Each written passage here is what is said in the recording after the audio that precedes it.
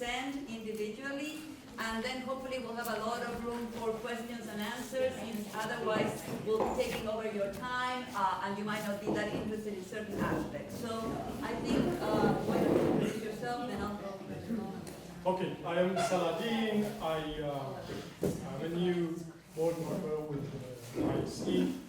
By the way, many thanks to Dan and Betsy for hosting us, and my friends, comrades, ISE, and everyone who came here, especially Blair, who did a lot of work to organize all this. So yeah, I'm Saladdin. What should I say about myself? I just published a book with SUNY Press, came out this year. It's called Totalitarian Space and the Destruction of Aura. I know it doesn't sound that attractive, but basically it's about space and all spatial experiences under capitalism. And my central theory is that that experience is totalitarian in many senses. And I see myself as a critical theorist when I try to force some label on myself. But today I might give you a different impression, but I'll come back to that in my talk. And my panelists decided that I should go first because of the nature of our talks. So one more thing, I teach Union College in Schenectady, New York, if you're happening to be around there doing something interesting. My name is Graciela Manteagudo. Thank you for having me here. It's really great to see some friends that I haven't seen in a very long time. Yeah, I used to live here in Vermont. I lived here for many years, but I'm originally from Argentina, where I did a lot of activism after the dictatorship. Then I moved here to work with the Bird and Puppet Theater, and for a while I did some work supporting unemployed worker women in Argentina. And after that, I got really old and decided that capitalism was getting to me, so I became the Associate Director of the Social Thought and Political Economy program at UMass Amherst via a doctorate that I had to do in the middle. So that's my message. Great, and I think most of you probably heard this already. I'm Vera Eccarius-Kelly. I teach in political science and international relations at Siena College in Albany, New York. So my background is really in social activism, social movements. So I teach courses on women and revolution and social movements, and mostly in Central America, but then also in related to Kurdish movements. And so I'll talk a little bit about Maya communities, the concept of what it means to be indigenous, and the central point of that in their community organizing. So Guatemala and Zapatistas in Mexico. I was with the Zapatistas in 1994 for quite some time. And then I'll look at solidarity movements and what we can learn from that, maybe in comparison to what's going on in Rojava. Okay.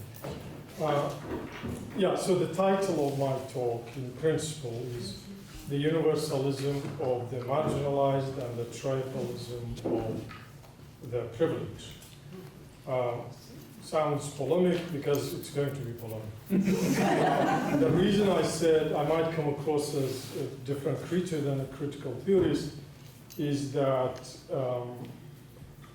I think I will come across as more as a Marxist, communist, Trotskyist, Bolshevik, all that for a reason. And the reason is the deliberate attack on universalism in today's self-proclaimed leftists and company. So that's my position. I'm going to defend that position. But first, I'd like to start with a story. A colleague 2 years ago in Washington State said one of our colleagues invited her to her house with some other colleagues from the same college, And this colleague, the guest, happened to be originally from India. And she goes there to the house, and the host is wearing sari. Is that what you call it? Sari. But she says, I'm sorry, I'm wearing your clothes and all that. And my colleague said in reply, oh, don't worry, I wear your clothes every day. And the point here is what I call, and some others call, culturalization. We will talk about that tomorrow, but today I will just talk about it in relation to my thesis, universalism versus tribalism. Okay, so to start with a general comment, I think the communist doctrine is still in many ways relevant. We can't just dismiss it. I realize, like everyone here, that communists could be very dogmatic. But the problem is that anti-communists sometimes are even more dogmatic, in the sense that they're not ready to acknowledge anything that communists actually covered soundly sometimes. And one of those things is the fact that when you are an anti-capitalist and you want to move beyond capitalism, you should not give up the, say, several things, among those, say, bourgeois freedoms, but also some form of internationalism, because we all know at the beginning of the 20th century, around this time actually last century, about 100 years ago, that's the official birth of fascism, as we all know. Basically, fascism, at least in one definition, is a reaction to capitalism, but it's still a reactionary movement, and their call was, let's go back to the soil, to the origin, to the people, to the folk, and all that. And we see that again today, basically anywhere from Italy, Austria, Hungary, here, Canada, Brazil, and so on and so forth. So I think we should be very careful with that kind of talk, but I don't want to, for now at least, I want to leave that aside. My point is that with the fall of the Berlin Wall, and obviously I'm not the first one to make this kind of statement, many other walls went up between countries, so-called nations, neighborhoods, and so-called cultures and whatnot. Now, when you think about struggles for equality and freedom worldwide, we used to call certain movements liberation movements. So even that changed in our language, in the left. Now we talk more about what? About minority rights and cultural rights. And the point that I make, so I have to make them very briefly. Personally, I don't know of any movement, say Rojava, or Iranian revolutionaries, or Arab Spring, or Sudanese revolution, where people are ready to sacrifice their lives for so-called cultural rights. I just don't know of anything like that. I don't know of any, and I'm Kurdish originally, so I'm familiar with some revolutionary Kurdish movements, including Rojava and Markur, but I don't know of a single revolutionary in that movement who would tell you, because I am Kurdish, I want special, unique rights, therefore I am part of this revolution. On the contrary, we all know, or the Sudanese revolution. Can you ever imagine a Darfurian joining the Sudanese revolution, the ongoing Sudanese revolution, on the basis of I am a Darfurian, and as a Darfurian, I think I have some special rights. That's why I'm joining this revolution. On the contrary, it's I am a Darfurian, and my rights as a human and my freedoms as a human are not recognized, and I fight for that, and my struggle is for that. So from that point of view, I think we are about to completely dismiss a very important premise about revolutionary movements. Now be careful, I'm not saying any of these movements or the movements my co-panelists will talk about don't have contexts, historical, societal, political, geographical, and so on and so forth. Of course, I mean, that's a given. However, it's a wrong assumption to think that people, whatever Kurds in Turkey, they're fighting for their cultural rights, that's why you have all that bloodshed. That, I claim, is a form of Orientalism, racism, Eurocentrism, in the sense of we are imposing that language on those movements. Why? Because in Western academia, European and Europeanized academia, the other is defined through basically their culture. Culture in the old, bad, old anthropological sense. And that happened around after the World War II, where people realized, okay, this race talk and this race science and so on is terrible because it led to, obviously, Nazism and the Holocaust and so on. So some anthropologists came together in the United Nations and came up with a more accepted term, and that's culture, ethnicity and culture, which basically does the same job, it's just more accepted politically.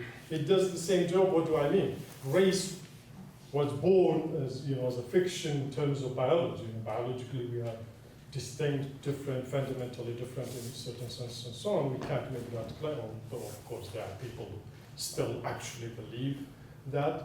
But we like to think most people, don't take racism seriously. So, but the idea, the dogma, the discrimination is still there, so we'd like to talk about the other in terms of the culture, as if culture is something they're born with. So when you talk about someone from India, it's always their culture defining them essentially, as opposed to the white Western who's, of course, liberal, open, could be anything, could be an atheist, could be a Trotskyist, could be yoga, Buddhist, could be anything, but that doesn't apply to the Arab or the Iranian or whatnot.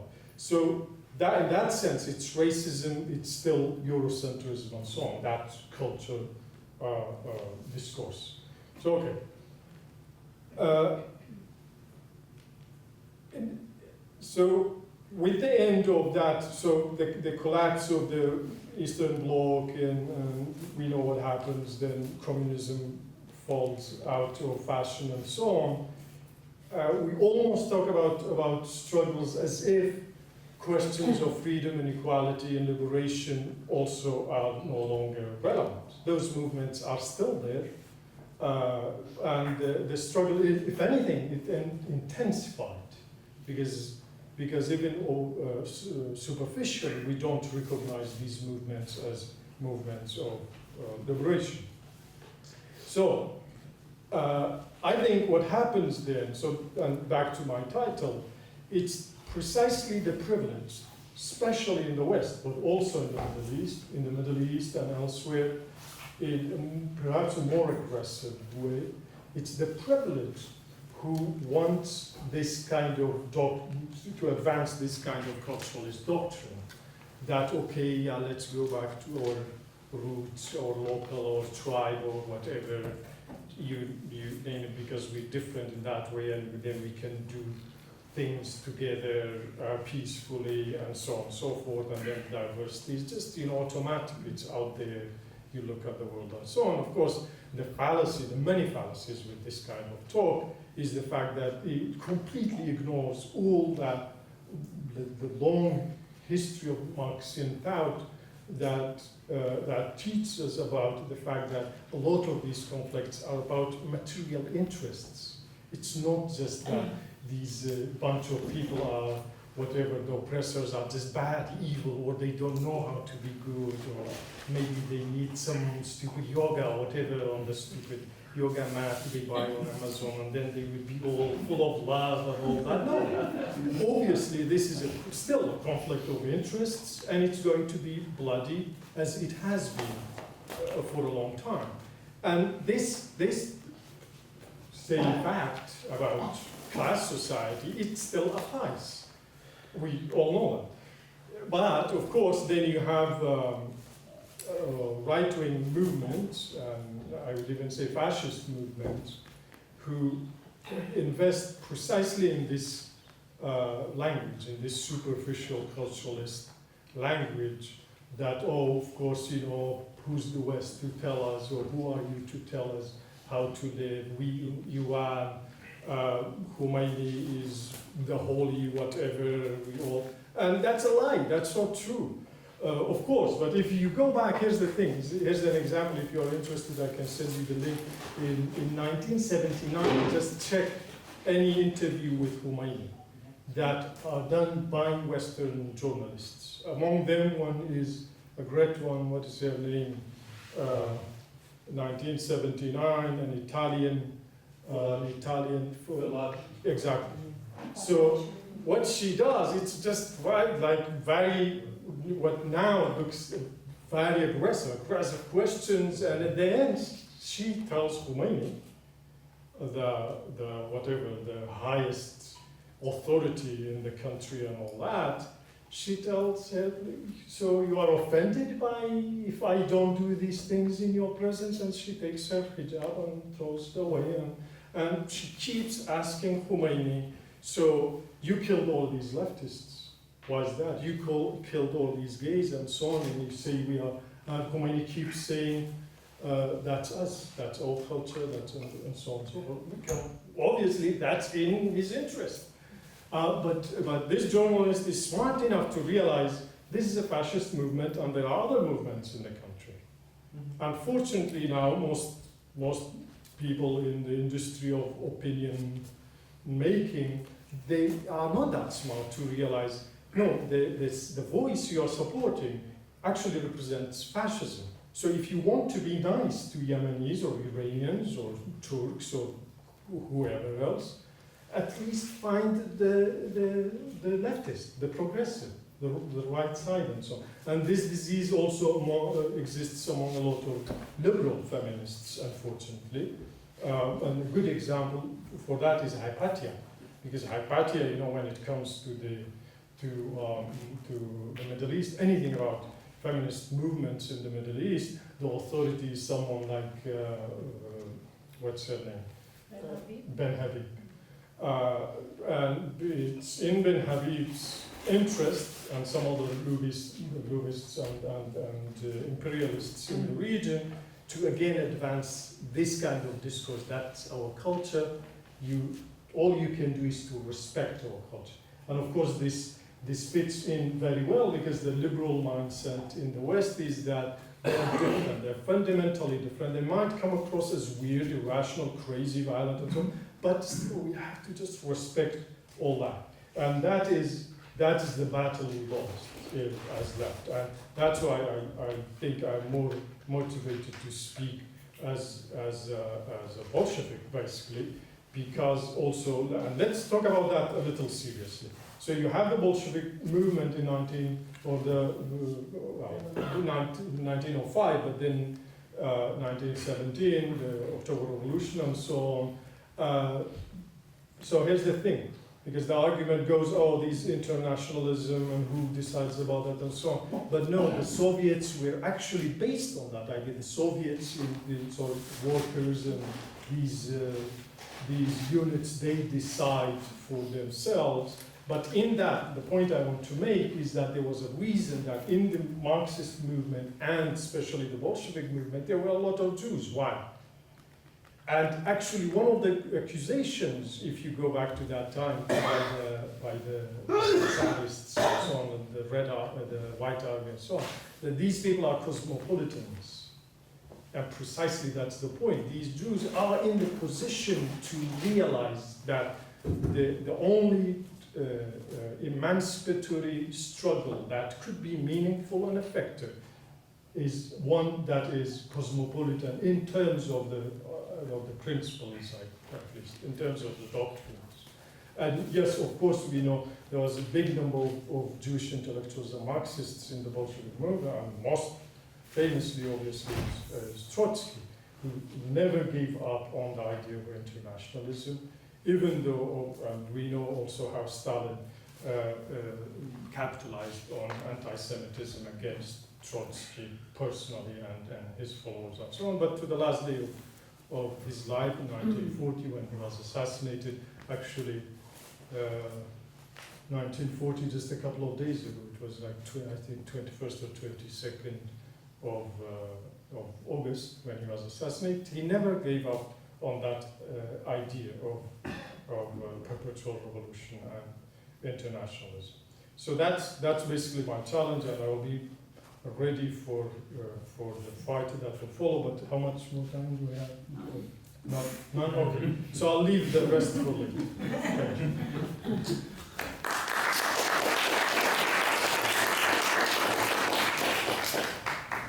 Bueno, so I think I'm going to talk about a movement that tried to transcend the divide between what you were calling sort of like identity politics, and on the other side, realizing that these things that might look like people are rallying around an identity are really material struggles of people who are trying to change. What we cannot do, I think, is separate one thing from the other. I identify as a woman. I am somebody who was born in Argentina. I am somebody whose mom was a maid, but whose dad had a workshop where he exploited 2 or 3 people working for him. I cannot separate my gender, my sexuality from my positionality. I live in the United States now. When I go back to Argentina, I'm not the same person who left Argentina, not by any extent. The neighborhood I live in Argentina wasn't the same neighborhood as the women that live in the neighborhoods that I study now. So all of that, I think, is one thing, single big mess that we can look at it from different places, but I don't think we can split one from the other. And I think that the issue that brought us to this point is that in 1968, when social movements start discussing in Paris, well, what is the revolution about? How do we go around a revolution? Marxist leftists didn't have an answer, basically. And the students, they heckled, is that how you say it? Heckled the leaders of the Communist Party in the streets of Paris. And that's when we start talking about social movements, and we start talking about identity politics. All that started in 1968. So we cannot leave one thing, but we cannot ignore the other. So I think this kind of movements that I'm interested in, the Zapatistas, the Ni Una Menos in Argentina, are movements that are interested in internationalizing their struggle, and at the same time they pay a lot of attention to the context, the territory, what we call nowadays the territory that they live with, and at the same time they understand this territory as being very, very complex, where even within the territory you have people like Khomeini, but you also have the women who are for example, transsexual. All that happens in Chiapas at the same time, right? You had all these people in Chiapas, so we cannot just look at the ethno-racial stuff. We also need to look into all the other axes of oppression resistance that people have to encounter. So something that this movement says about themselves, this is the Ni Una Menos, not one woman less. It's a movement against what you would call probably domestic violence, and this women call macho violence, so that we really talk about what's going on here. It's not domestic violence, it's macho violence. And they say that they are for an inclusive feminism, for intersection that invites, and then I'm going to say it in Spanish, todas, todos, todes, all of us, right? The masculine, the feminine, and the non-binary. To join on resistance against racism, Islamophobia, anti-Semitism, misogyny, and capitalist exploitation. And they take these words from Angela Davis. So here we see the international context, and at the same time, the embodiment in what's going on for us, no? Because all this is something that the Argentinian feminists came up with as a way to include everybody that doesn't describe themselves or identify as a man or woman. So the characteristics of this movement is global, but it has what we call localized commons, right? Lots of women get together and support each other in different ways, material and non-material. But it's very global because it starts with an international call through Twitter from women in different countries and in different continents. And at the same time, it starts in Argentina, but then it spawns out of Argentina. It's anti-hierarchical because, as I said, it is a localized movement, so much of what they are applying comes from the 2001 experiences of non-hierarchical organizations. It's rhizomatic, they don't have a central root, they are extended all over the place. They can cut off one thing and then they grow somewhere else. And they're calling for a new internationalism. So again, this idea of globalizing the struggle because women are suffering all over the world, not just in Argentina, but without losing these very, very specific issues that you have. So very quickly, so I don't spend much of my time in the history, feminism in Argentina was a bad word. They just published a book called When Feminism Was a Bad Word, because of Marxism. That's why I get a little antsy when people start talking about Marxism and against feminism. So we thought, and I thought this too, even though I was a woman and I was oppressed in these organizations as a woman, we thought that it was divisive, that the issue was to take down capitalism, and once we take down capitalism, then we deal with all the other BS, the race, the gender, the sexuality. It can all come later, but what's the problem? When you do that, then it's white males who end up hegemonizing the struggle, and women start becoming really like second citizens within those movements. So we went through many, many years of that. In the middle, we had a dictatorship that reinforced gender roles. Some of the organizations, the guerrilla organizations, were working against gender roles, but they had to reverse that because, for example, it was weird if a man took the kid to school. That could call the attention of the authorities, because in Argentina, normal people, the mom would go to take the kid to school. So if you had somebody who was a guy taking the kid to school in the middle of the dictatorship, that could bust the whole movement up. So things that really people were trying to progress, and we started going backwards, So out of this comes the Madres de Plaza de Mayo, the well-known organization that struggles for the children who have been disappeared, who socialize motherhood. They want women to claim for all that disappeared, not just their own child. But Eve de Bonafini, at that time, she says, well, on a March 8th, she says, we're going today to struggle for women because they are revolutionaries, not because they are women, because they are revolutionaries. We are still hung up on this idea that talking about feminism is a problem in the movement. So this changes with the economic crash of 2001 and the inability of the Peronists, who are doing a comeback into power now at this point, their inability to control the social movement at that time allowed for some birth of different kinds of organizations. One of them were Maoists, and these Maoists had a lot of work with unemployed women. So what they did is they started taking these unemployed women, getting them on a bus and taking them to the Encuentro de Mujeres, a big gathering of women that happens in October. It's been happening for the past 34 years, I believe. But it was always a middle-class woman, white woman kind of thing. But with the Maoists bringing women who were unemployed to the encuentros, that starts to change. And then in 2003, with the more progressive government, they start doing a lot of work on gender issues, education in schools, and that also empowers women. So although in 2000 we had an insurrection, my research was that at that time women were very quiet in these movements. They were doing what we would call now, from a feminist perspective, the domestic work. They will go and have people sign, the email addresses. They would cook the food. They would make sure that the buses were there. All the organization stuff was in their hands. But then when there was a microphone, it would always be a guy who grabbed it. And I would ask them why, and they would say, well, because if a guy says it, it has more power. So what we want is to make sure that people will listen to what we want to say, and we don't care if we say it or he says it. The important thing is that people know what's going on here. So that was at that time when I did my research until, and that was probably the same case until 2000, I don't know, maybe 10, 11, and things start to change. So at some point, the women who were doing road blockades at that time, they would get beat up by their husbands because it was not cool for a woman to be out in the streets making a scandal and highlighting that the guy didn't have a job, basically. So they would go back home after they were, fighting with the police on the road blockades, repression, tear gas, death, sometimes, whatever. They would come back home and then the guy would beat them up. So at that point, what the organizations were doing is that they would gather a number of people and they would go to this home and say, okay, we hear that you want to fight. Here we are, do you want to fight? So usually, like really big guys, nobody ever took them up on it and it passed. But women were not able at this point to say, we are going to go and accompany you. There was always some guys there involved. So that starts to change around 2011, 2012 maybe. And by 2015, when we have this big call that comes through Twitter from different continents and stuff, women apparently are really ready to take it on, because what we see that day, and as I said, there was no organization from the ground up, was 300,000 people who took over downtown Buenos Aires and inaugurated this movement called Ni Una Menos, not one woman less.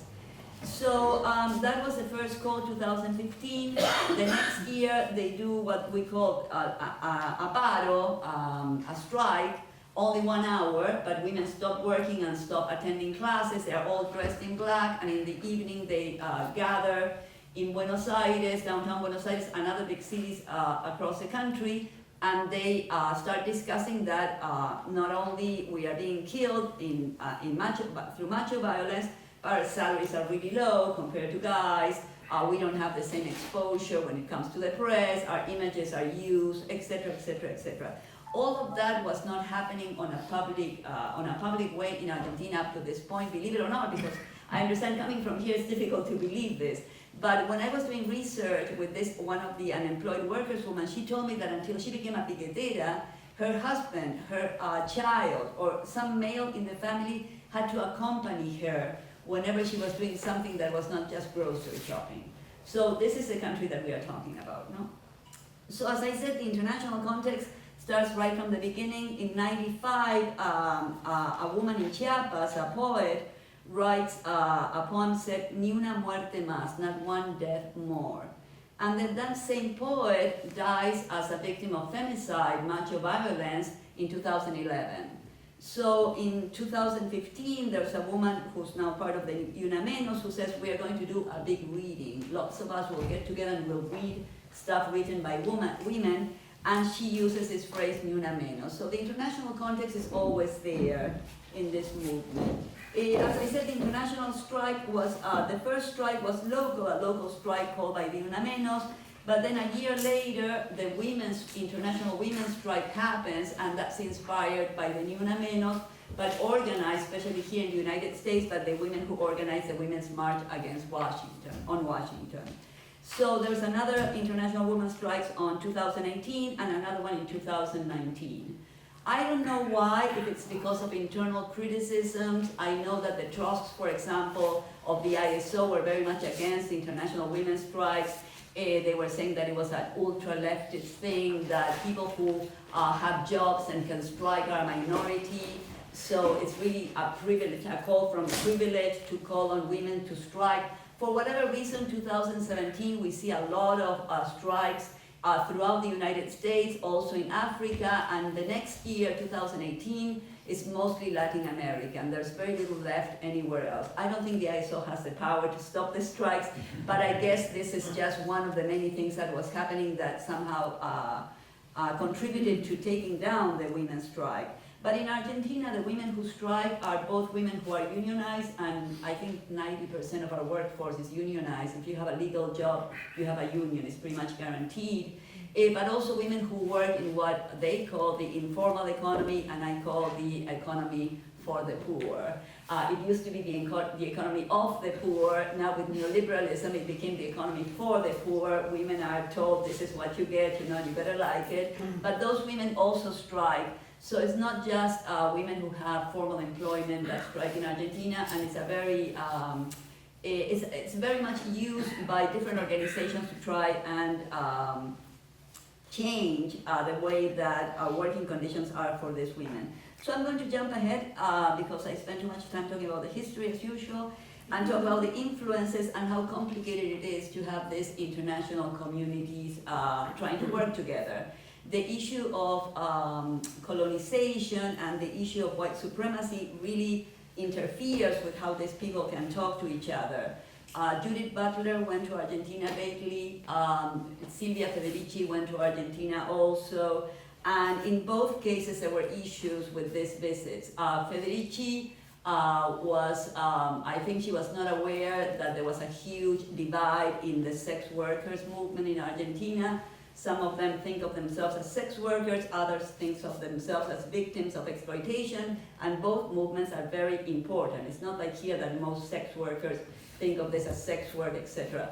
So I think Federici went there, she was not aware of this, and she ended up being photographed with one of the groups that it's questionable how much they are for sex work and how much they are for, what do you call it in the United States? Procuring? Pimping? Because the struggle in Argentina is to legalize prostitution. Prostitution is legal, what's not legal is to be able to offer it for somebody else. So that was one issue with Federici. There's an interview that's going to come out, I think, next month in NACLA, North American Congress. Or Latin America, where I touch on that issue with Federici. And when Butler went to Argentina, the critique was that although Butler was very modest and she had a panel, instead of being herself talking, she was part of a panel. All the women in the panel were, according to the trans women, cis women. So she was critiqued because the women were only cis women. And she was called herself cis when she identifies as non-binary. In Argentina, at least that's how she identified. So Butler was very smart. She said, we come here to learn. We are not trying to teach anything to anybody. We are in awe of the movement that you've created. But still, that stuff was there. And for me, the most difficult issue is the issue of reproductive rights. In Argentina, abortion is not legal, so the movement is for abortion, and they don't talk about reproductive rights no matter what you try to do. And considering that the movement here went through so much issues in the 70s because of racism, not understanding that poor women also want to have children and they cannot have them because they cannot support them, many white women who went to Argentina from the United States tried to talk about that framework, and they are immediately shut down because they are so concerned that abortion is illegal still, that they don't want to talk about anything that might distract. But that obviously opens the way for Pope Francis, Jorge Bergoglio is what I call him, Jorge Bergoglio, to say that the legal abortion is a ploy of the International Monetary Fund.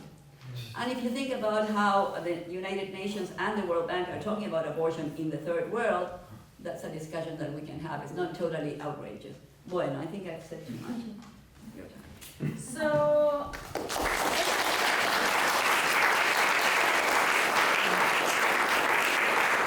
I feel like I have to do a lot less work because of the two of you. Thank you very much. I'm going to take you to a place in Central America where, first to Guatemala, then to the Zapatistas, where, first of all, the claim to indigeneity is essentially important to the movement, so different from, what you said in terms of the relationship to what it means to be indigenous. And secondly, I'm going to take you to a place where most people do not go to school, and especially women do not go to school. So the idea of sharing international readings, right? Yeah, okay. So I'm going to take you to a place in Guatemala where, Maya indigenous women live in very remote villages that are basically, it's extremely difficult to get to, right? There's no public busing. You often have to hop on the back of a cattle truck to get to places. You have to describe who you want to find, and then you end up on a road where you then have to get off some truck and you walk somewhere, right? You walk for miles to get somewhere. Although in comparison to many other places, Latin America is quite penetrated by capitalist interests, right? So if you try and describe that in India, it's significantly more difficult to get to places. So, but here we are in indigenous Maya communities. So 1960 is basically when the war against indigenous communities, against Maya communities, intensified. We know that the war lasted until 1996, when there was a peace accord with the indigenous communities. But we have to remember that between 1980 and 1983, indigenous Maya women, particularly in the Northern Highlands in El Quiché, in the Ishia Triangle, experienced what is called a silent Holocaust. And that is the moment when the United States had trained, well, first, you know, if anybody's interested, long history, but the United States intervention in sort of, you know, the banana interest, the coastal plantation, the overthrow of the Guatemalan Arbenz government. From there it gets worse, right? And the United States supports a military regime that then identifies indigenous Maya communities as in the way of modernization, as subhuman, as Marxist guerrilla supporters, right? No questions asked, they move in, they pursue a scorched earth policy between 1980 and 1983 under Rios Montt, and several 100,000 Maya people are killed. Within 2 years, 24,000 Maya children disappear. So, okay. 1996 peace accord, right? And Maya communities, since that time, you will go to the remote villages and you find that they're female-led communities. Why are they female-led? Well, first of all, the grandfathers are gone, the fathers have died, the sons have been killed, and now the newer generations, when you go now, the men, the boys that survived, or the men that survived, often had to leave indigenous communities to go to coastal plantation to get work. And from there, often they've gone northward. Right? We know that this, since the Clinton years, the movement northward has intensified, and we see waves of that. So you go to indigenous villages now, and you find them female-dominated. So what a lot of the communities are doing, when the women are organizing, they're having meetings, gatherings on how they can survive. And you find women that are never married because they didn't want to get married, but they don't identify as maybe not being interested in being married. You know, the sort of sexuality questions are still very difficult to discuss, but clearly it's sort of that is also emerging in indigenous communities. You will find women living together as partners, but then they're described as solteras, like, you know, single women. They're just like, you know, as if you're living with your sister or your mother. And so all of that is being sort of observed and discussed. And what do indigenous women do with the help of, you know, this is what's really interesting, because I think what you see right now in Guatemala is that indigenous women are outward looking and collaborating with NGOs.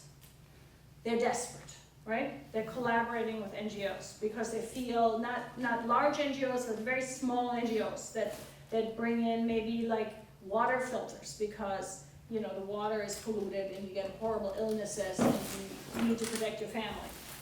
So there's a lot of small-scale collaboration, there are weekly discussions, and the women are facing horrendous pressures. So the pressure increases not only because women are basically needing to survive without a lot of,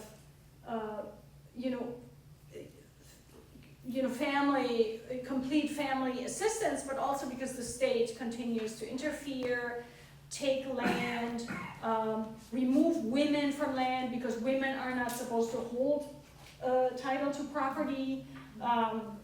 So there are questionable practices. Then there is this increase in inviting, you know, the Guatemalan government hands out incredible numbers of mining licenses.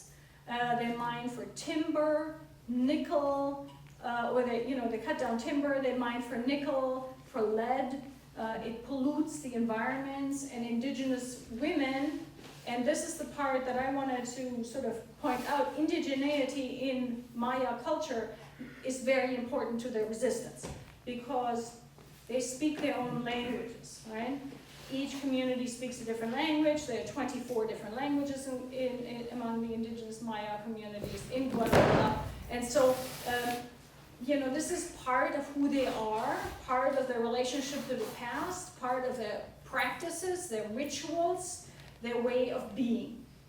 And that is where I wanted to bring in a couple of examples of where this sort of capitalist incursion and environmental destruction has made their lives even more difficult. So I want to give you a couple of examples. A few years ago, corporate interests brought these small plastic snack bags to Guatemala. Chips, these small bags. Now there's no garbage collection, there's no kind of systematic state interest in cleaning the environment. And ever since this sort of corporate interest, so you have some Mayans that open up a little store and they start selling these snack bags. So for the first time, we see in indigenous communities an increase in sort of levels of obesity and health concerns related to diabetes and things like that. And it relates to corporate interest bringing in kinds of foods that are not traditionally consumed, right? And then you have these snack bags.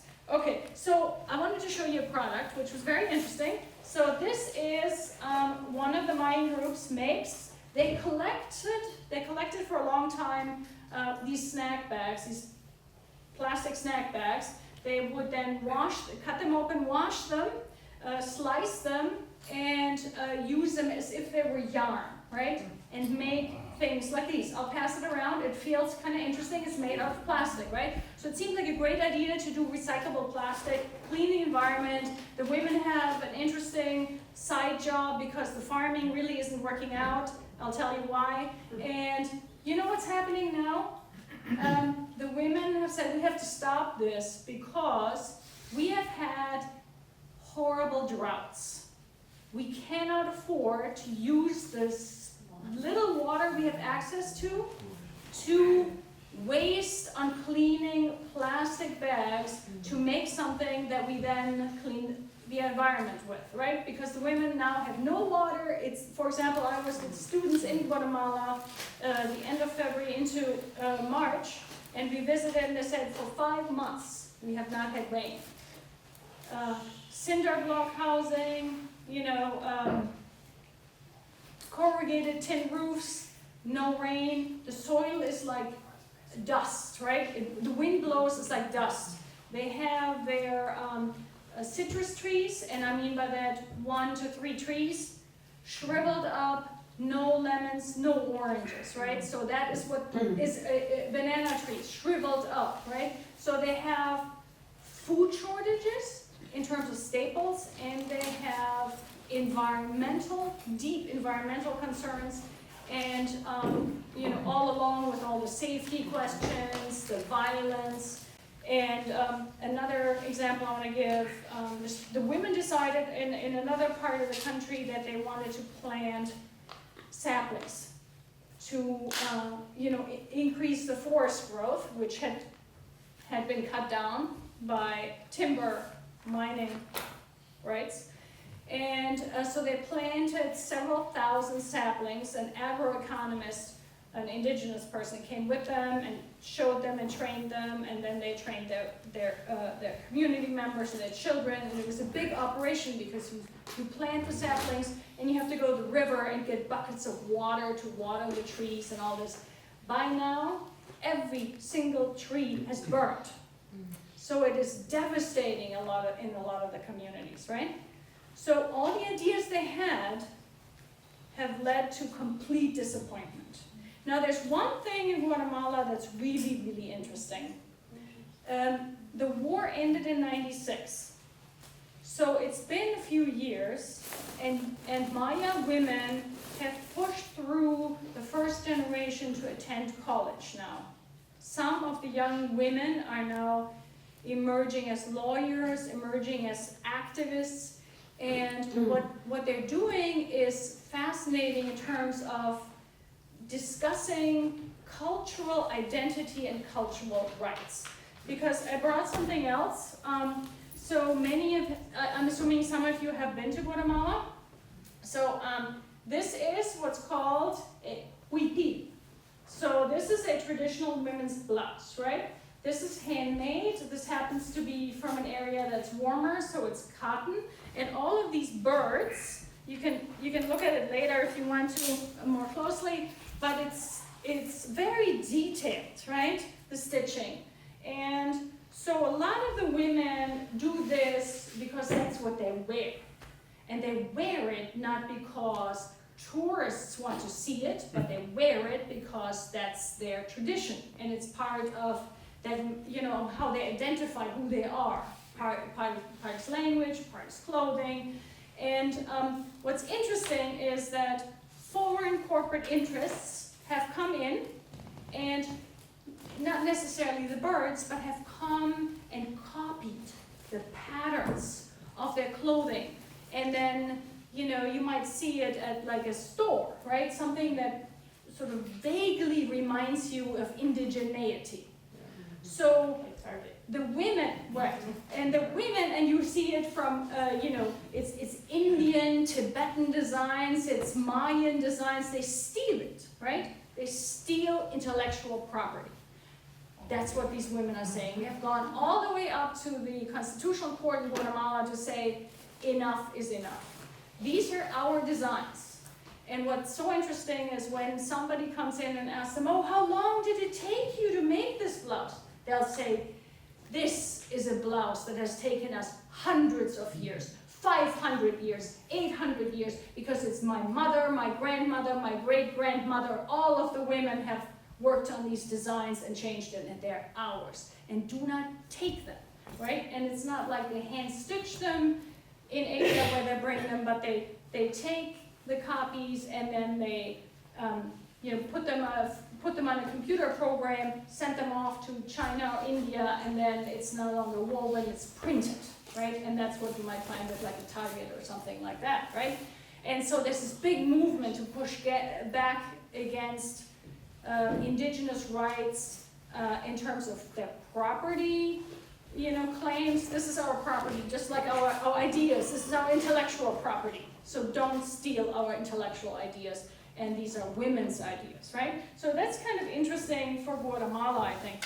And moving to Chiapas, so as much as Guatemalan women, in my example, look towards the federal government, the international community, you know, try to sort of push back against their own repressive government and the structure of the invasion of capitalist principles. In Chiapas by now, there's a different direction. Chiapas now has a more inward look. The Zapatistas have decided, you know, they often, when you go and talk to them, they'll say, Zapatismo outside of our area, poof, it doesn't exist. Zapatismo only exists in your imagination right here with our land and our ideas. So if you take it and you want to bring it elsewhere, it doesn't exist. We are here. We do what we do in our communities, but we can't tell you how to transfer that. So what they're still struggling with among the Zapatistas, I think you mentioned that very clearly early in terms of, you know, the violence against women, you know, even though there is this principle of, you know, women's empowerment, women's rights, in the end, it's very difficult to overcome. In public, women have often leadership roles. When you come back home, you still are responsible for cooking, for taking care of the children. So the mind is still focused on some of those issues. And the Zapatistas are super focused on what we call, decolonizing the mind. Decolonizing the mind through education that they control. So their own schools, in their own language, their own stories, and nobody else will go in and tell them what to read or what to do or how to do it, right? They're experimenting to overcome misogyny, racism, barriers to access to health care, you know, all of these things that they encounter as soon as they leave their own areas of organization. And of course, most of you know it's, communally based, and then they sort of have, the local village organization, then they have the municipality, and then they have the good governance council, and they have a lot of rotation of leadership. They don't want anybody to sort of get comfortable with positions of leadership. They want to constantly rotate and encourage. So finally, I just want to say in terms of Rojava and Kurdish communities, I think Kurdish communities have a much stronger position when it comes to women. Women's rights, articulated genealogy, the study of women, the idea of women. I was laughing actually because, I wasn't laughing, but here it is, the book on Subcomandante Marcos. Where is the book on Subcomandante Ramona, right? Where is that? We don't have it. We have a man who's not indigenous, who is great, who has done a lot of good things, but where are the books on women that were in, at least 1/3 were women in here. We don't have a book that tells us the story of women's leadership. So they're working very hard on that, but they're saying solidarity is great, but understand the local context, understand where we're coming from, understand the violence. And I think Kurdish women are saying similar things. We've made great progress, but come here, learn from us, see our reality. We want solidarity, but see for yourself what the realities are, and then let's talk how you can collaborate with us.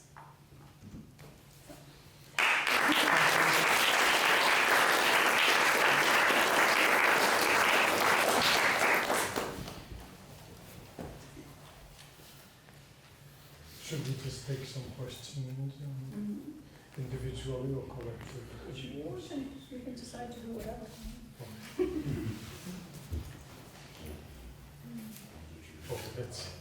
Let's just go individually without writing, the story. Yes, so. Just be aware we have 25 minutes. 25 minutes. Okay, until someone will have a question, I'll just very quickly go. Oh, just a quick question on something, Graciela. It seemed like we needed a summary statement from what you said, actually. And it sounded like you were talking about a dialectic of interaction through this is the international context. I'm just wondering if you have summary thoughts about what you're talking about the international influence and how it changes a movement. That's very interesting to me. I don't think it changed it. I think what the movement in Argentina, I think it was like a spark. Because no new organizations came out of it. All these people, Ni Una Menos is a small collective. The women that call themselves Ni Una Menos is a very small collective, but they coordinate when they have this protest or the strike, they coordinate thousands and thousands of groups that come and talk with them in different assemblies and discuss what they're going to do.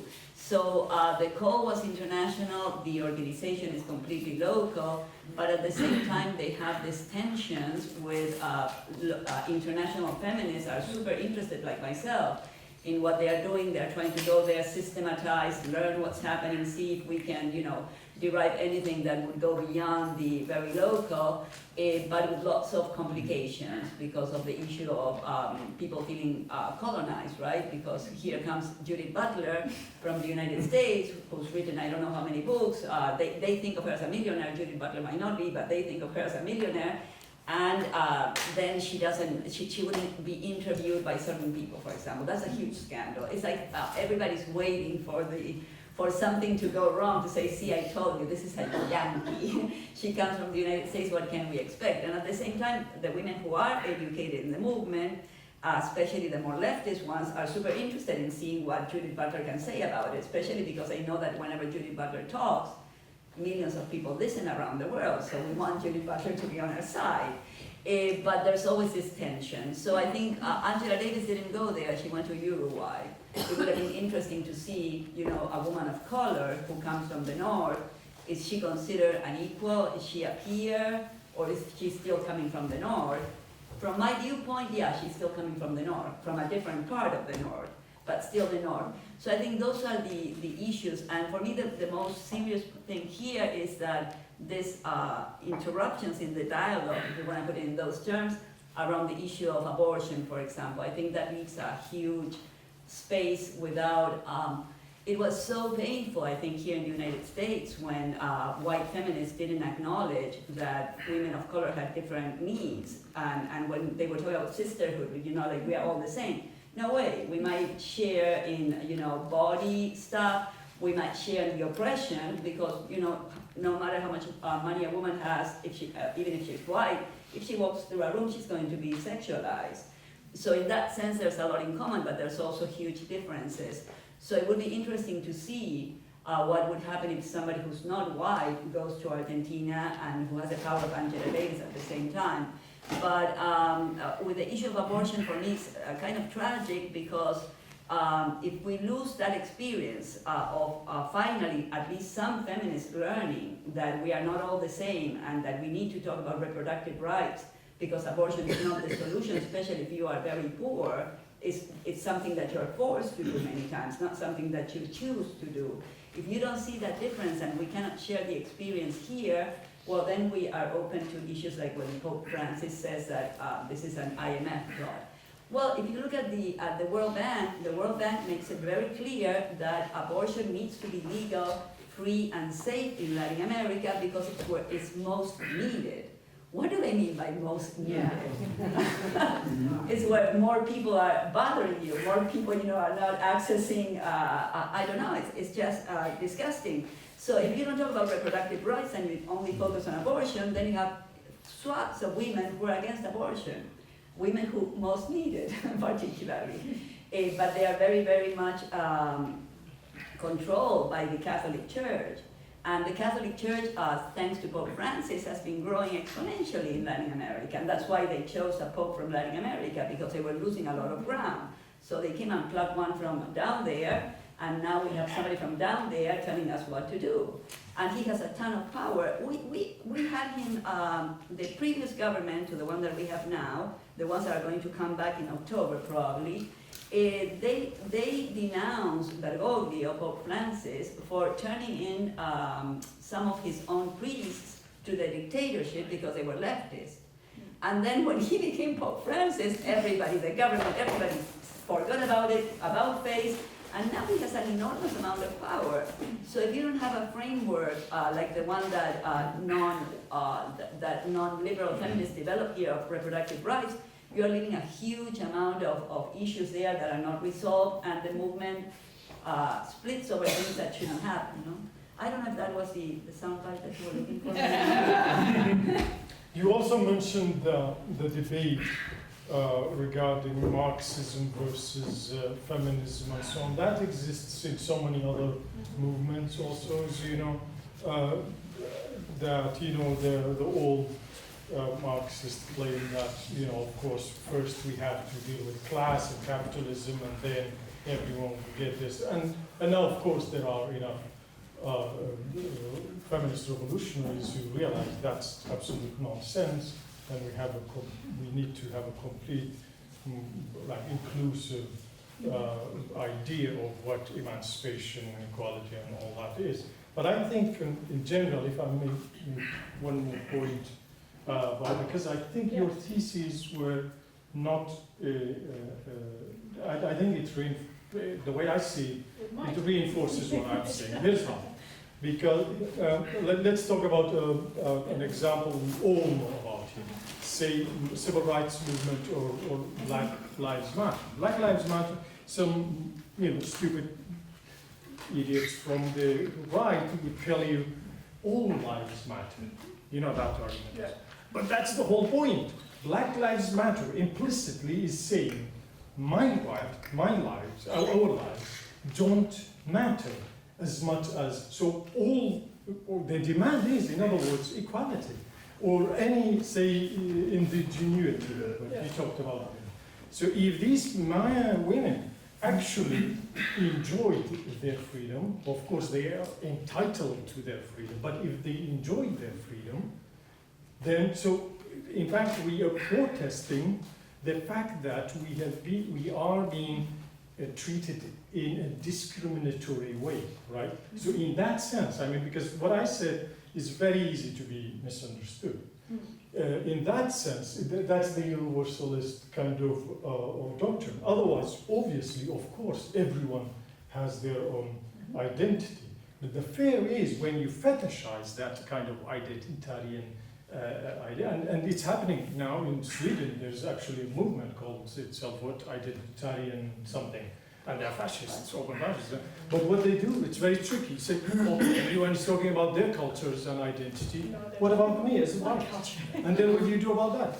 You have to give in, unless you have a more progressive, revolutionary, universalist, cosmopolitan idea of liberation and so on. So I think in that sense we are on the same page. I think the only thing is that, Go ahead, but after, I really want to focus on questions from the audience Yeah. because we left them hanging there. yeah. No, I just wanted to say that Indigenous people get to identify with their principles if they so choose, around which they talk. I mean, I think the Latin American story can be characterized by the fact that they feel they have undergone colonization by the Spaniards or the Portuguese. They have experienced deep repression by an imperialist regime such as the United States. And then they had military dictatorships as a consequence of that, what was left by, economic interests. And now they have neoliberalism. And all of these things try to crush their cultural identity because they're seen as subhuman, unmodern, uneducated, in the way. And they want to reclaim who they are and make it a principle around which they can organize because they are the other. So they are going to, claim the other in a unique way. Right, exactly. Yeah. So. No, it's not for me. I think we need. Yeah. Right. There's Grace and then Brian. I'm really interested in the bringing up of the water crisis, which is directly related to the climate crisis, and what effect that has, if that's recognized as another piece of what capitalism is doing to the planet and integrated into the resistance, how is that? Obviously, it affects the migration of people to the U.S. southern border. That's a huge piece that most people don't recognize is a factor. But I'm wondering about also in the other movements that everybody's been talking about. Is that becoming a factor that people are integrating into their understanding and their principles? Is ecology really becoming a focus? And I expect I know what the answer is, but I want to hear it. Ni Una Menos just had a communique, comunicado, ¿cómo se dice? Yeah, a communique. About the Amazons. There's a meme going around saying it's not fire, it's capitalism. It's kind of a simplification, right? Because it's also fire. So what they, yeah, because you're not really explaining what's going on there. People that don't understand what we are saying, it's kind of, what are we talking about here? So they are making a huge effort. In Argentina, again, it's just like feminism, ecology was something that we were going to deal with afterwards. Like anybody dealt with it afterwards, right, with ecology, unless they couldn't help it, like Cuba. But I think that there is an effort to do that, and in Argentina particularly we are experiences floods because they changed the whole way that, before we used to have lots of cows. So for cows you need a lot of grass. The pampas were full of grass, and grass needs a lot of water. But when you do genetically modified soy, you don't need water. You don't need a lot of it. So soy has this amount of roots, and water that used to be 8 meters under, now is 1 meter, and the whole cities are being washed out. And on top of that, neoliberalism again, they've been constructing dams and no, they've been taking water out of the poor neighborhoods and then just, dumping it in worse places. So the poor people are really experiencing horrible things, but I think that's a work that's still being done. I think that there's not enough consciousness about it, and it's very difficult to frame it within capitalism, because even the Peronists are capitalists, and they are the biggest force within the left. The Trotskyists, which are the second biggest force in the left, they got 1 million votes now, they're pretty big. But ecologists, they're just like before. The only thing they did incorporate was feminism, because otherwise it would have been a problem for them. But otherwise they're still pretty much the same. So it's kind of sad in that sense, because I don't see enough. There was a lot of organization in 2001 until 2003 around mining, against mining, because mining in Latin America is a huge problem. There's no more the capacity to just make a home and take it. They have to melt the rocks with horrendous chemicals that inevitably go into the rivers or go into, they strip, just like they do here in Virginia and stuff. So that in Latin America is terrible, because nobody's paying a lot of attention. Every now and then one of those dams will break, and it's a complete disaster. So there was a lot of organizing around that, but when the autonomists lost power, we lost also a lot of that. Brian? Yeah, I have a specific question for Vera, and then a more general question going back to the earlier conversation. Just the last week, I've been reading about some new communiques from the Zapatistas talking about, for the first time in many years, the expansion of their system of caracoles. And we know the Zapatistas have been kind of quiet for a number of years and not communicating internationally, and how can we best understand the current situation? The general question goes back to the earlier conversation about cultural movements and cultural identity. This morning, in the conversation about the potentialities and pitfalls of localism, I mentioned some work by Arturo Escobar from a number of years ago, talking about how, under what conditions can the defense of local spaces be seen as liberatory. And he said, if we can get rid of essentialism and exclusion and nostalgia and all these things that are reactionary under those conditions, the defense of local spaces has liberatory potential. And I'm curious if that's a frame that's useful from the perspectives of the movements you're talking about in Latin America and the Middle East. So I think what was really interesting about the caracoles was that initially when they were formed, there was this enthusiasm to bring international volunteers, and I was there, I was like witness, I was there in solidarity, I talked to a lot of people, and then the actual fighting ended, there was the San Andres Accords, and then it slowed down.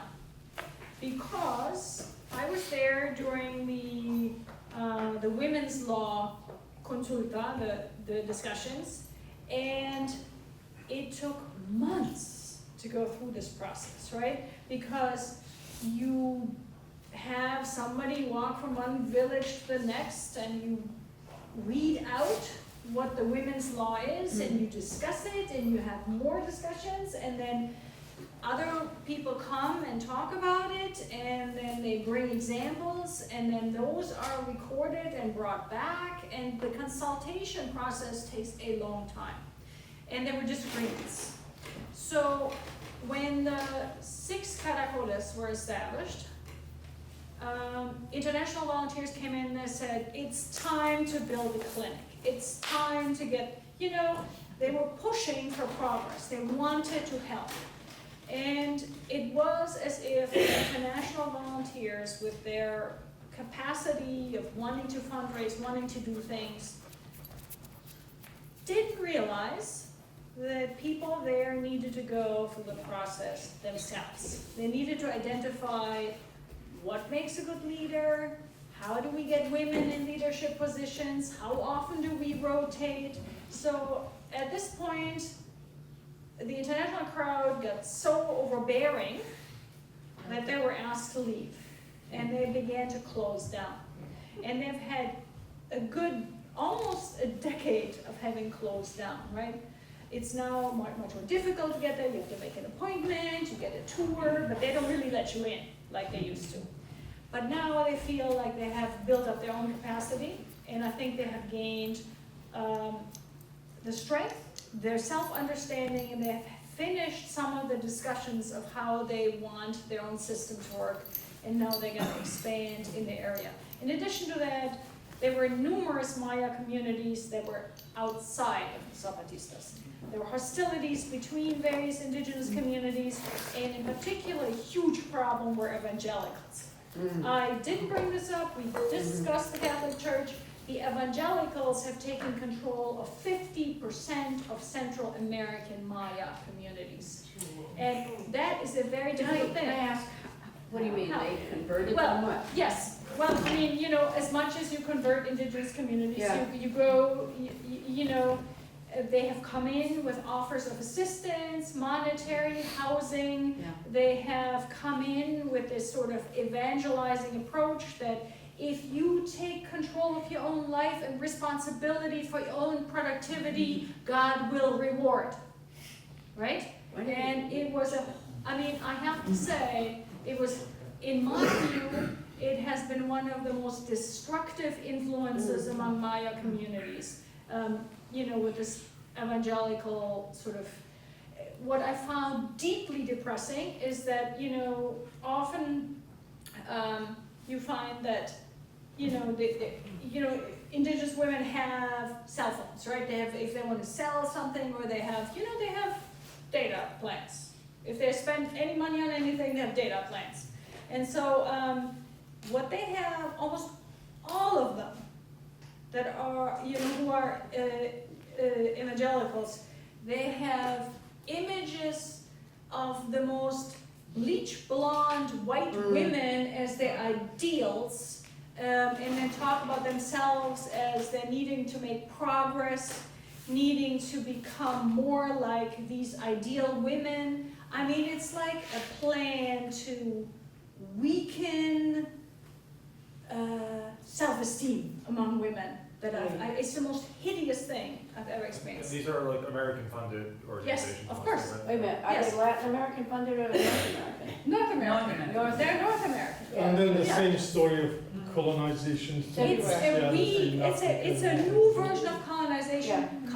So the Zapatistas have fought against the colonization of the mind. And there were a lot of indigenous communities that were affiliated with evangelicals.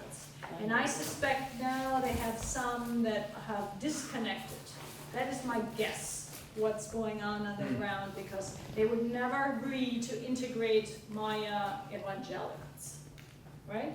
So that's the secondary piece to that.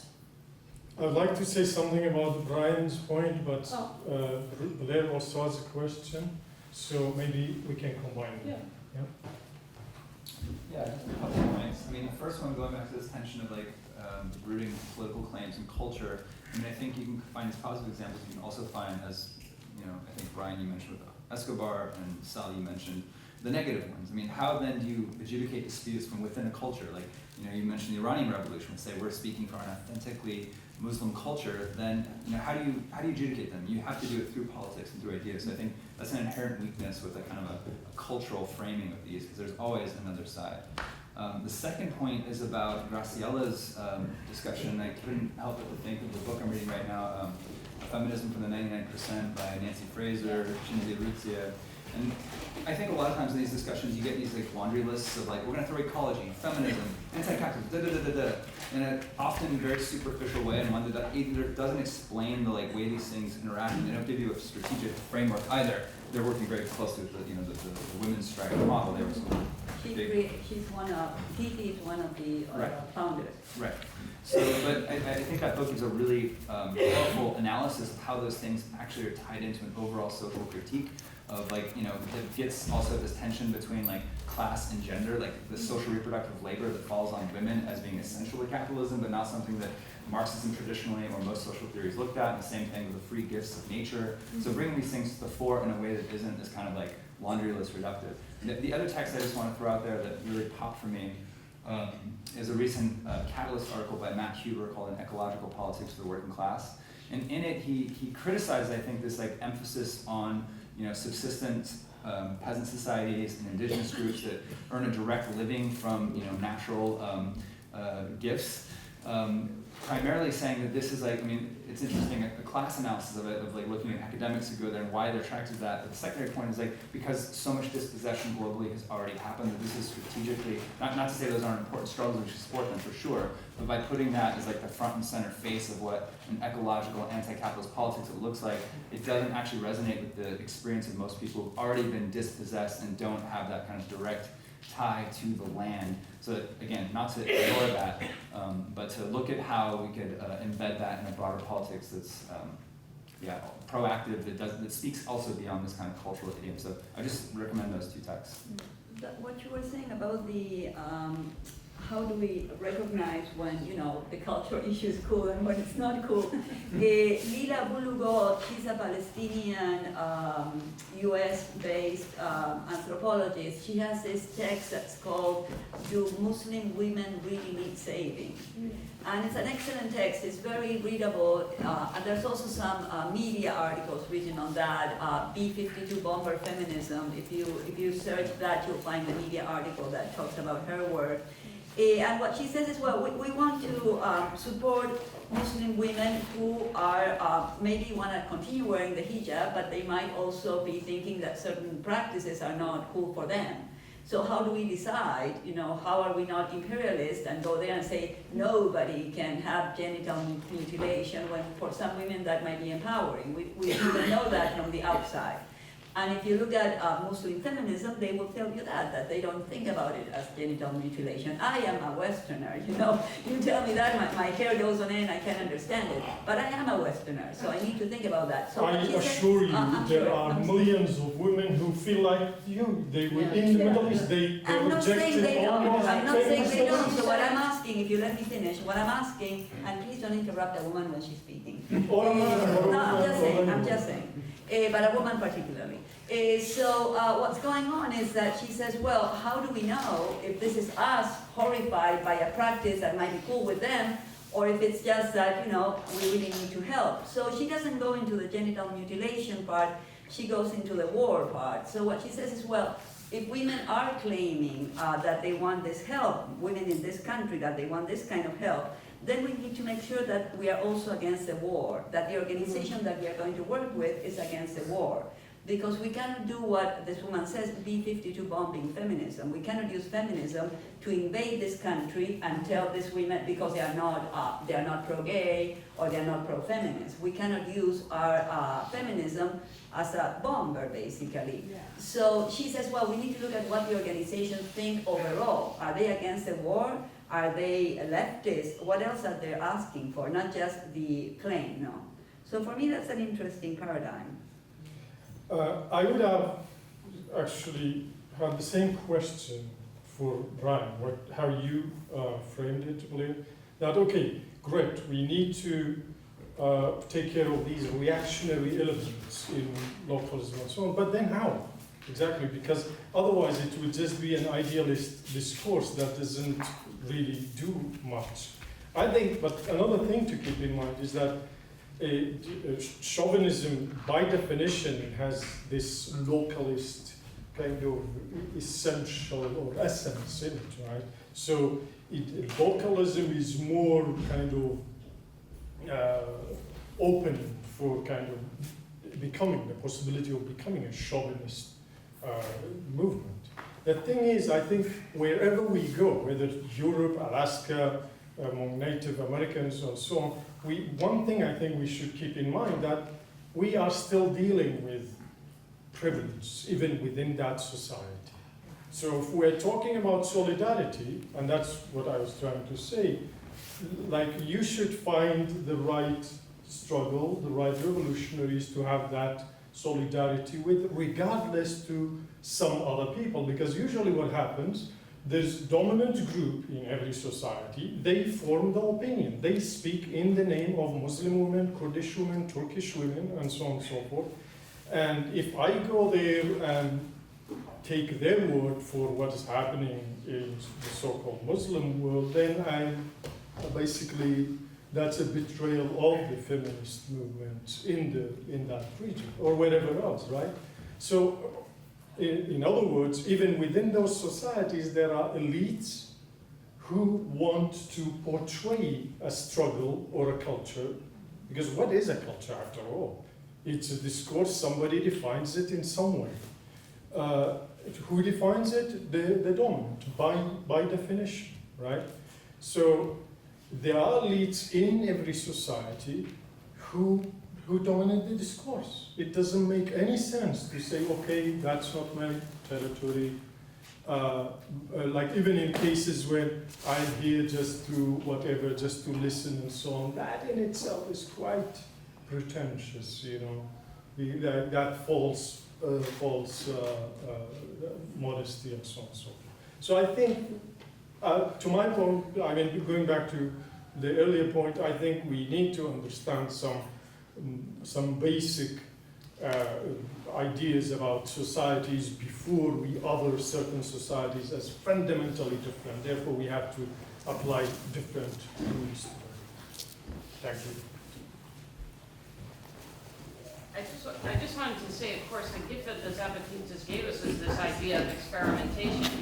We can't sit here and say, we don't have a culture, we don't have patriarchy, ableism, etc., embedded in our culture here. And they have said to us, go and experiment, go think about your own selves and introduce protocols yourselves. We don't have to, I mean, I'm not going to march and tell anybody in Rojava or whatever, anything, I'm signed off on that. What I've gotten from my solidarity work is this encouragement. That's why I'm here, is because as a solidarity activist in Rojava, they said build it there, you know, of course. And so, but what we need to do is understand that we need to experiment. We actually need to experiment in order to fix our own stuff. So that is true, in particular for the Zapatistas. But when you think about Rojava, Kurds are deeply disappointed in this country's lack of solidarity. They're deeply disappointed. They had expected much more.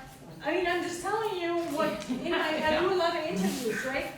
To ask about what you know. So who are you talking to? We'll have to say that. Well, I mean, you know, yeah, no, true, yeah, it's exactly. true, right? They're like, where are our international partners? Where are the solidarity movements? And they're like trying to figure out why they have been forgotten. That's what they say. Why have we been forgotten? You know, temporarily we're in the media, temporarily there's support, you know, everybody posts online, some social media comment, yay, go, you know, and then where are they, right? Yeah, this is a very different, so I mean, this is such an interesting example, right? Because the Zapatistas said, wait, you go figure out what your own thoughts are. You can't just take our ideas, bring them to your place, and then somehow, you know, it's all gonna pan out. So, but Rojava is desperate for this sort of close-knit alliance. So I'm just saying, this is the funny, interesting, weird, confusing thing about solidarity work. So we It's have there yeah. Latif, Ross, offering here. I'm sorry, maybe you didn't see your talk. So, yeah. Latif, anytime. Let's just take this question. Yeah. Yeah. Do you think the evangelical movement in Chiapas there to actively there to counterattack the Zapatista movement and re-entrench patriarchal and other conservative norms in the community in a pernicious way? I mean, it's, you know, it's such an interesting question because the Zapatistas never really focused on religiosity or any of those religious practices, really. They were actually, in the very beginning, closely collaborating with the Catholic Church. Because in the south, in San Cristobal de las Casas, they had a bishop who was coming out of liberation theology kind of practices, right? And he was feeding information and support, to the Zapatistas till he was removed by whatever the prior pope's name was. Yeah, John Paul II? Yeah, that guy. So he removed that, he closed down that office. And then sort of there was this heavy push by evangelicals in, right? And so without that sort of protection in that part of the country, there was this competition. And I think, I've never really quite thought of it that way, but I think it's a really good way to frame it. There might be now an effort to push back against the evangelicals. I have to look at it. So I thank you for that incredible thought. Thank you for that. Yeah. They are behind Bolsonaro's triumph in Brazil. Super important in the election of Bolsonaro, the evangelicals. When Judith Butler went to Brazil maybe 3 years ago, she had two people travel on the same plane as her, and they did what we call an escrache. They had a picture of her depicted as a devil because they're against what they call gender ideology. So they are a super important force right now. They also organize against abortion in Argentina along with the Catholic Church. I make a very short logistical interjection. I don't want to close this conversation down at all, but we need to be aware too that our next event after this, after dinner, is at a different location. So that gives us a very short window of time to eat. So we're 10 minutes over right now. If the folks who are, Sal, can you look and see who's up for dinner? You already know. You should head up. And is it already out? Yep. It's One of almost them out. is All's running late. Do we know by how much? Maybe someone can swap out yourself if you're kind of predisposed. But yeah, have a couple folks go up and help start bringing that down.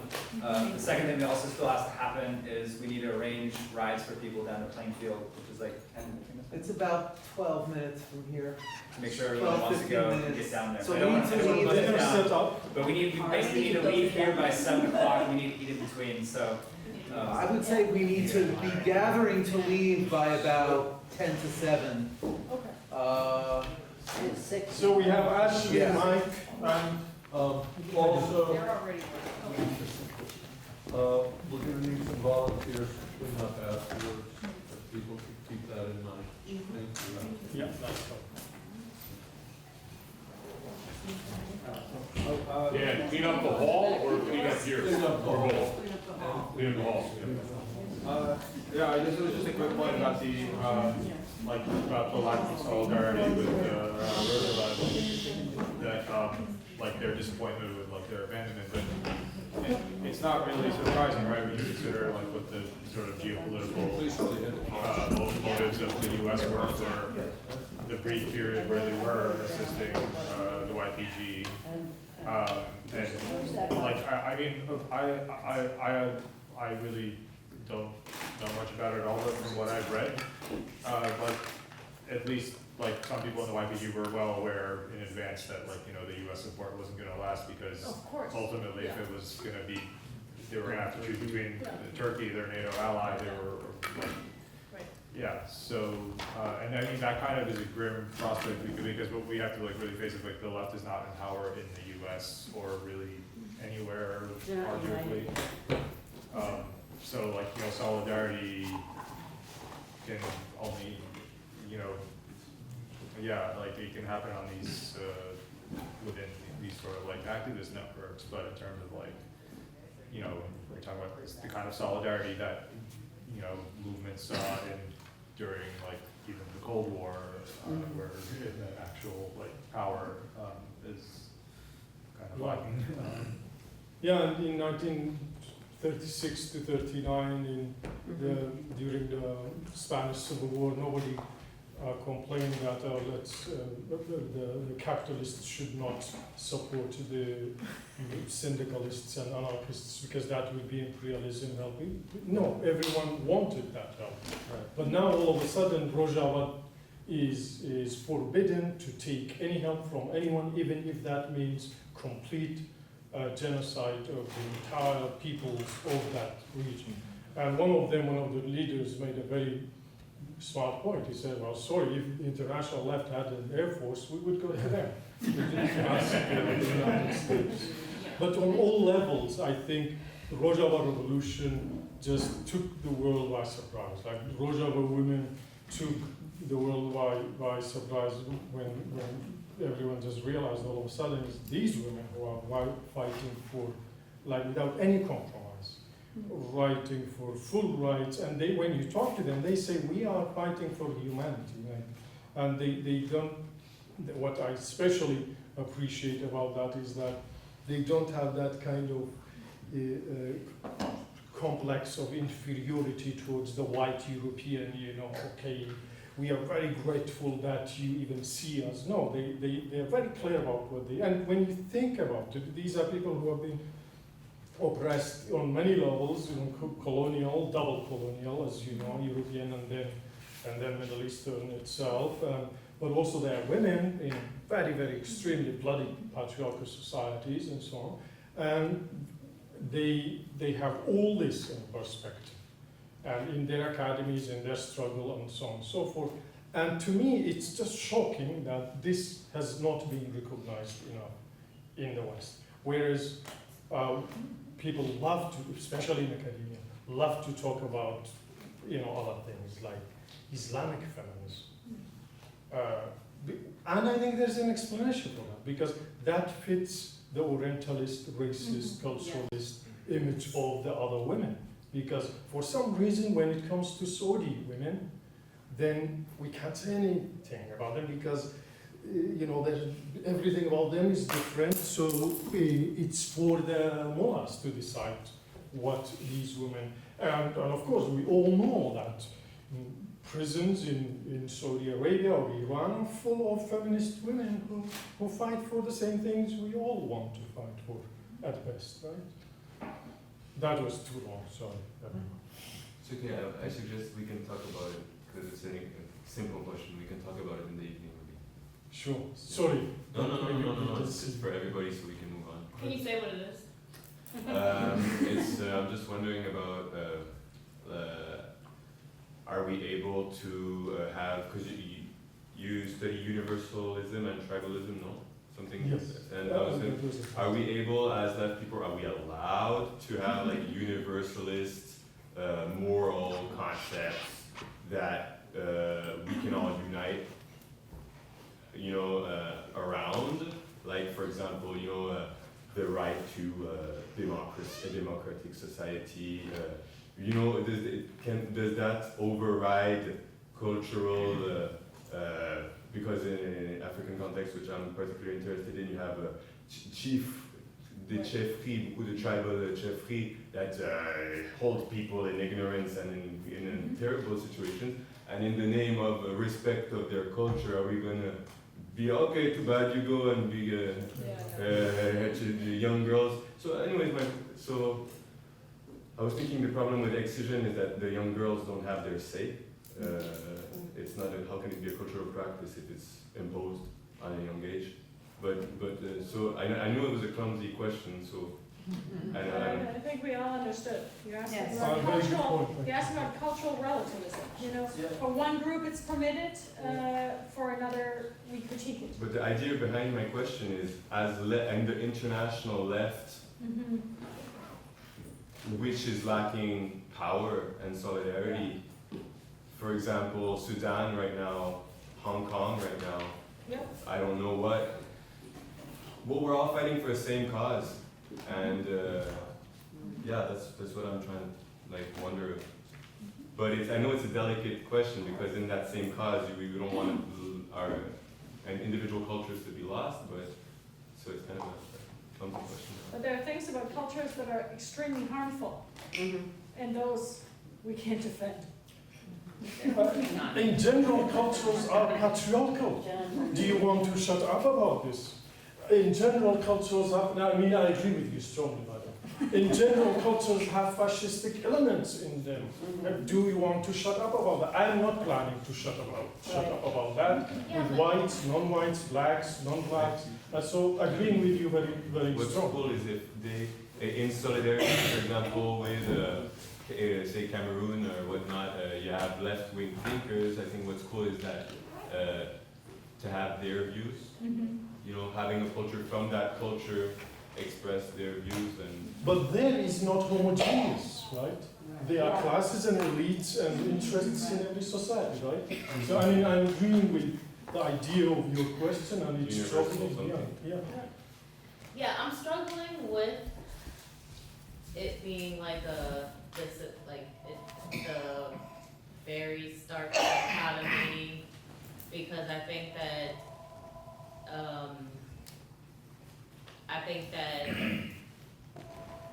when oppressed people have had their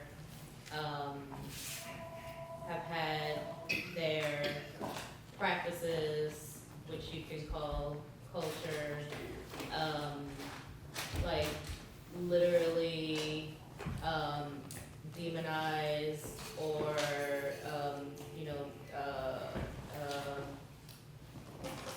try to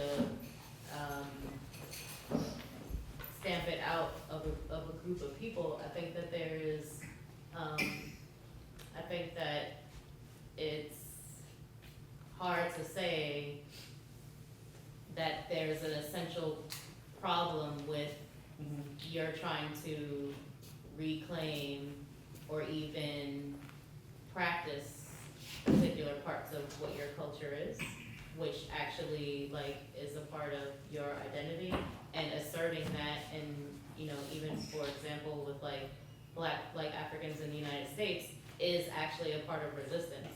And so I think that there are definitely there's a lot of problematic parts to it, and at the same time I'm having a hard time as being an African person in the United States. I'm having a hard time with your argument. Yeah, that's understandable. Yeah, Yeah, I appreciate so. it. Well, so on that note, maybe we go for dinner, so we can talk. Here, I'll maybe come forward a little.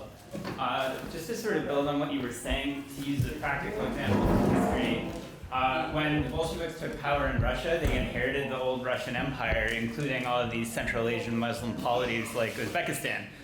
And they set about to, in their view, modernize these places. And an example of this is that some women in some parts of Uzbekistan wore this really heavy, restrictive horsehair veil.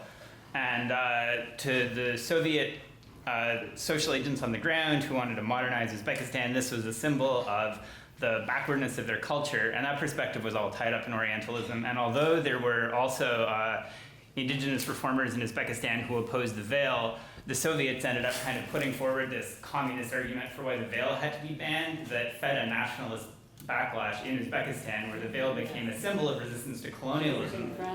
And I think that the danger is you have to know what kind of an interlocutor you are, and it's both true at the same time maybe that certain cultural practices are wrong and harmful, and also that you're the wrong fucking person to take up that point and intervene in someone's culture. One thing though we need to remember in the United States at least, you were talking about that, is that African American struggle actually is so inclusive and universal that we are all enjoying certain rights because of that struggle. And it is the most political group of people in this country. And when they asked for those rights, they didn't ask for privilege, right? No time did they ask for privilege. They asked for equalities, and at the end, we all enjoy those rights. So in fact, what I'm saying is that, in a way, what you are saying, but it's the marginalized who's in the position to understand what oppression means in terms of gender, class, race, and all that. And that's why I'm not surprised when the Rojava woman has that struggle in the front. So in that sense, you see, I know, of course, there's this imposing idea, but it's very dialectical and it's ever changing, and there's that other political side of it, right? If we had just listened to the white elites in this country, we still would have segregation on all levels, and we do have it, right? But it would have been much worse. The fact that, I mean, when I teach race and ethnic studies, I say examples about things that would have been unimaginable, whatever, 100 years ago. Always it's the African American student who says, my existence in this class would have been unimaginable. And that's the whole point, right? Thank you very much, and sorry for that. Hi. So I definitely want to echo these sentiments about concerns over that. And definitely also, I think there's a really big difference between a Black American taking that role versus a white American. So that really has to be distinguished, because obviously, white American, I don't know how that could possibly not feed into the colonialist dynamic. And I also don't know how that could, the other thing is that it would cause internal friction. I think within that culture, that would be something that I would think would need to be addressed. Because even if, let's say, some people from that culture wanted your help, that's going to then set off something of a conflict within that culture of, you're aligning yourself with the colonizers. So that would be something that I would think would have to be addressed where that's concerned as well. And I also wanted to ask you how you think social ecology comes into this versus Bolshevism, because I've actually heard a lot of Marxists and especially Marxist-Leninists and Bolsheviks and whatever, Trotsky, really criticize social ecology as being sort of liberatory, utopianist that is for the privileged. That it's a privileged perspective, or it's a privileged way of approaching liberation. So I wanted to ask you, Saladdin, specifically what you thought about that, and just going back to the. I'm the only board member left, so I can claim authority. Is that Absolutely. Oh, yeah. So there you go. No, I think, yeah, go ahead. I'm sorry, and a couple of other things I just want to bring up is specifically my concern about, with Rojava solidarity specifically, I think this is even more kind of a difficult situation to navigate, because then, to support them, you're literally going into this issue of, do I have to support U.S. imperialism in a way, U.S. militarism, So, yeah, I mean, it's really difficult on that level, especially in terms of, well, am I supporting this person and, on the other hand, victimizing this other group that is being victimized at the same time through the support. So I wanted to bring that up, and I also have a question for Vera, which is just in regards to the evangelicals. And I actually lived in Nicaragua for a while, and I saw the evangelical influence there. It was a big thing, and so something that I've been noticing and that I'm very concerned about as well is this issue of what's going on at the U.S. border with these concentration camps, because there is an evangelical adoption agency, Bethany Christian Services, and they have been, apparently they've been handling, taking the children and putting them in evangelical homes without their parents' consent. So I really want to know if you have any thoughts on the connection between those two things.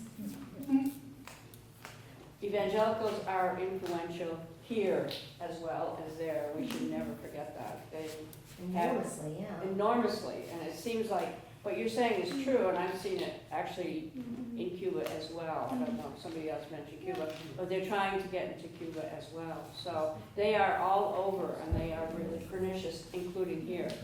we never should forget that. I think that what you're talking about is an agency that's headed up by Betsy DeVos. That's Yes, exactly that's right. correct. Yeah, That's right. correct. Mhm. And the precursor to that, I have to say, was when indigenous communities in Mexico and especially in Guatemala, a country that suspended adoption to the United States for that very reason, Yeah. because evangelicals went to Guatemala, Right. worked through corrupt state agencies and stole children Right. from indigenous communities. And this manifestation along the border is just the newest version Right. of Right. child theft Right. that has Well, been that we going heard on against for Native decades. Americans too. Yeah, exactly. Against Native Americans this in was the this Native country. American Yeah, thank you. Are they Yeah. doing The this to children. create an Yeah. evangelical Christian It's nation? the Is that world, what kingdom it's yeah, of about? world. evangelicals, Yes. that's what they're working on, Yes, that is correct. yes. Yep. So, Yeah, we should end it. I think just a quick answer to you. I'm sorry to keep everyone. Very important points. I really appreciate it. Here's the thing. I think at least the way I see it, they help us. They what? In Rojava, people in Rojava, the revolution teach us a lot of things about our unfreedoms here. So let's first massage our premises a little bit to change them. I mean, literally, all of us, don't get me wrong. Because the idea is that we are usually the problem. When we go to Africa, we are the problem, we think we are the solution. Yeah. All of us have met high school students who say, when I finish, I'm going to Africa. Why? I'm going to help. Yeah. Look at that ego, look at that entitlement. No, you are the problem. You are precisely the problem. Historically, you have been the problem, so maybe you can learn. But of course, if you go as a tourist, that's never going to happen. So that's one side of it. Also, the way they see it, it's a struggle between, say, for example, patriarchy and women's struggle. So they don't see it really as if, unless there's a problem in your discourse, for example. And that's why you have, for example, they follow Öcalan very closely, as you know, Vera. Öcalan says, and they repeat this a lot, that the oldest colonial group is women. And they take this very seriously. And therefore they say any emancipation must start by women, with women, for women. And they take this very seriously. It's not the old times, just women as guerrilla and so on and so forth. So in terms of imperialism, I would just add one important, from my point of view, very important point, that when we talk about imperialism, let's also remember that there are imperialist forces in those regions. Like Turkey is an imperialist force, Yes. Iran is, right? Yeah. So there are also those relations. It's not, again, it's never homogeneous, it's never there or they versus us, I think. And I think just one sentence I want to say, sometimes, even if you and I might say, we can't support militancy, we can't support war fighting, it's not my decision. They're fighting for their frickin' lives. They're trying to live. They're trying to not have their heads chopped off or be dragged off to some encampment and disappear. So whatever my position is on military defense, Intervention is what you're talking about, right? Intervention by the United States. It can be the United States, but also they want our solidarity as fighting women. They're fighting with weapons for their rights. They're saying, don't critique us. We are fighting to live. But are we victimizing Syrians? Yes, That right. is the issue. Oh, that's a Let's have that discussion later. Thank you very much.